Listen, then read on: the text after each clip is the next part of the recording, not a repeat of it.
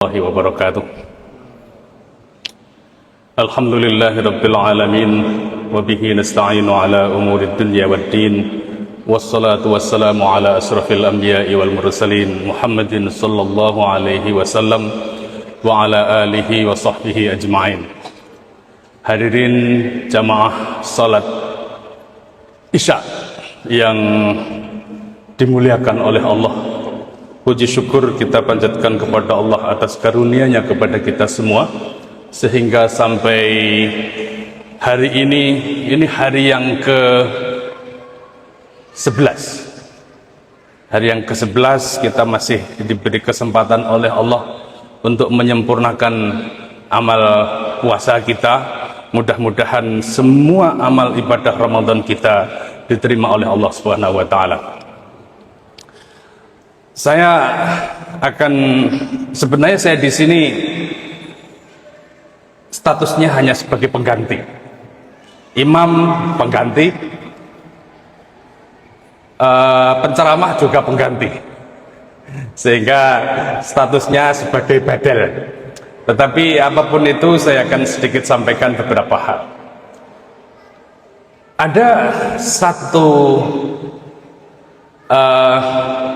satu rilis prediksi demografis. Jadi prediksi demografi, semacam perkiraan kependudukan yang dirilis oleh satu lembaga riset di Amerika, itu namanya Pew Research Center.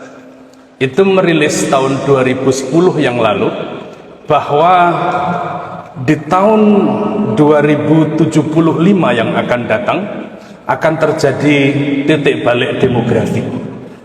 Akan terjadi titik balik kependudukan, di mana pada saat itu umat Islam akan menjadi bangsa mayoritas di muka bumi ini. Saat ini jumlah umat Islam itu masih menduduki posisi kedua setelah umat Kristen. Jadi jumlah umat Kristen saat ini cukup besar jumlahnya, masih 32,4%. Tetapi umat Islam pada saat ini itu baru berkisar 23,9%. Jumlah dari total seluruh penduduk di dunia. Nah, tetapi pada tahun 2075 yang akan datang akan terjadi titik balik demografi. Pada saat itu umat Islam justru akan menjadi bangsa mayoritas. Kira-kira 34% jumlah penduduk dunia pada saat itu beragama Islam. Yang beragama Kristen kira-kira hanya 24%.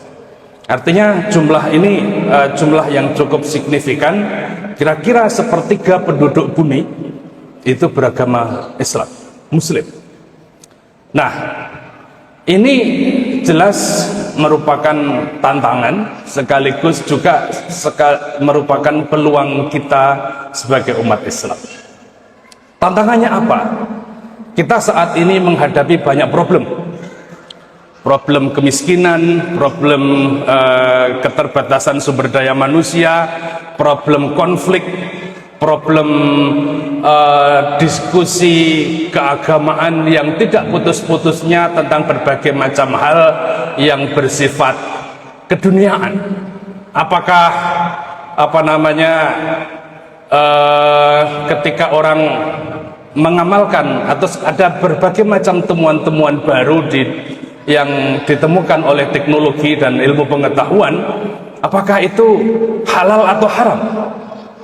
Nah, perdebatan seperti itu akan menjadi tantangan, karena ke depan temuan-temuan baru di bidang ilmu pengetahuan akan ada banyak sekali. Ke depan orang akan bisa menemukan bagaimana daging itu tidak lagi diproduksi dari peternakan, tetapi diproduksi dari laboratorium. Ke depan mungkin anak-anak tidak lagi dilahirkan dari rahim seorang ibu, tetapi dilahirkan dari laboratorium kedokteran. Nah, ini merupakan tantangan umat Islam yang ke depan ketika umat Islam ini menjadi bangsa mayoritas di muka bumi ini akan menjadi perdebatan yang seru di antara umat Islam sendiri. Nah, oleh karenanya kita perlu menegaskan kembali tentang bagaimana pentingnya kita persiapkan pendidikan bagi anak-anak muda kita. 50 tahun yang akan datang, tahun 2075 itu, mungkin sebagian di antara kita sudah ada yang dipanggil oleh Allah, sudah tidak menjumpai, Pak ya. Sebagian. Tapi sebagian, mungkin sebagian yang lain anak-anak kita sudah ada yang jadi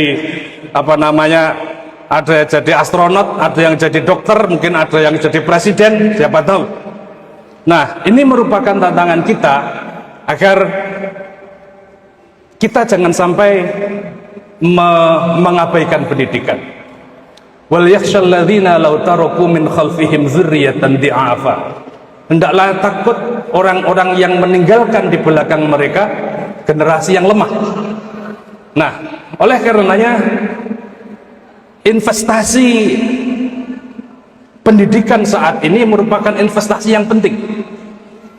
Menumpuk kekayaan itu belum tentu akan menyejahterakan anak-anak kita pada masa depan, karena nilai tukar rupiah, nilai tukar barang dan jasa itu menjadi sangat relatif. Apa yang saat ini dianggap sebagai kekayaan mungkin 50 tahun yang akan datang belum tentu dianggap sebagai kekayaan. Tapi ilmu itu merupakan satu investasi yang cukup strategis bagi masa depan. Oleh karenanya kita jangan sampai mengabaikan pendidikan anak-anak kita, karena itu investasi masa depan jangka panjang agar anak-anak kita tetap bertahan untuk menyongsong datangnya titik balik demografis itu. Itu tantangan. Juga kita pada 50 tahun yang akan datang akan banyak sekali menyelesaikan problem-problem kemiskinan. Kita saat ini mayoritas negara-negara muslim merupakan negara-negara yang memiliki daya beli yang relatif lebih rendah daripada negara-negara Eropa dan Amerika.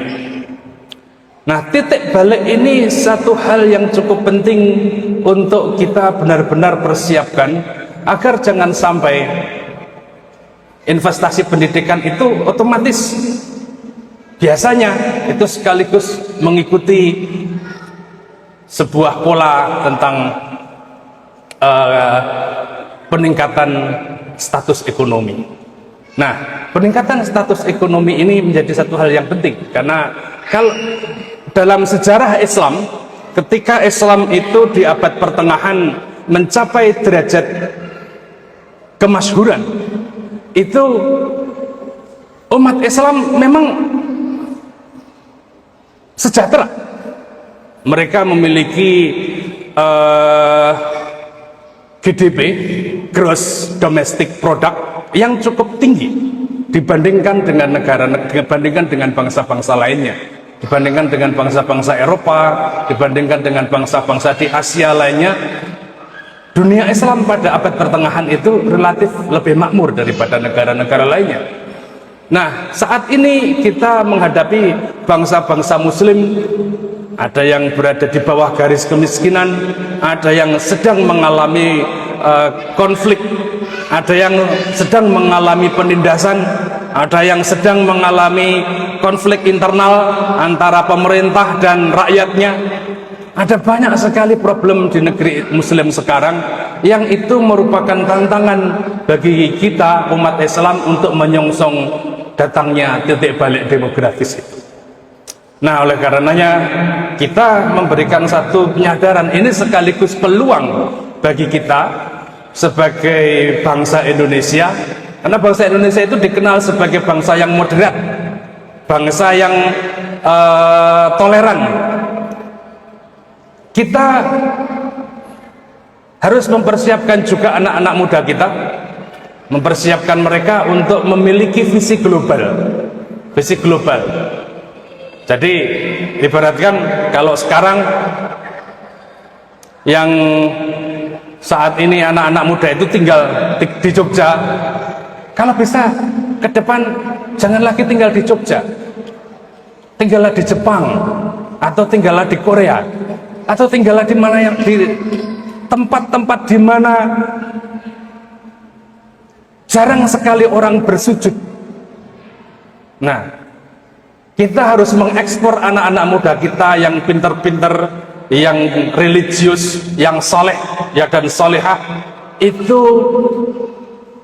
fantasiru fil ard, bertebaran di muka bumi ini, di samping juga untuk mencari keridhaan dan fadilah dari Allah, tetapi juga bagaimana memperbanyak, memperlebar resonansi sujud ini. Bagaimana di setiap titik di permukaan bumi ini dipenuhi dengan titik-titik orang bisa bersujud kepada Allah. Nah, ini satu hal yang penting. Salah satu hal yang menjadi bagian penting dari anak-anak muda kita adalah mereka harus memiliki visi global itu. Nah, oleh karenanya kita sekali lagi saya dorong para warga umat Islam dimanapun berada untuk jangan mengabaikan nilai penting pendidikan bagi anak-anak muda kita, agar mereka benar-benar siap untuk menyongsong titik balik demografis 50 tahun yang akan datang. Demikian yang saya sampaikan, kurang lebihnya saya mohon maaf. Assalamualaikum warahmatullahi wabarakatuh. Kita langsung sholat taraweh, mari.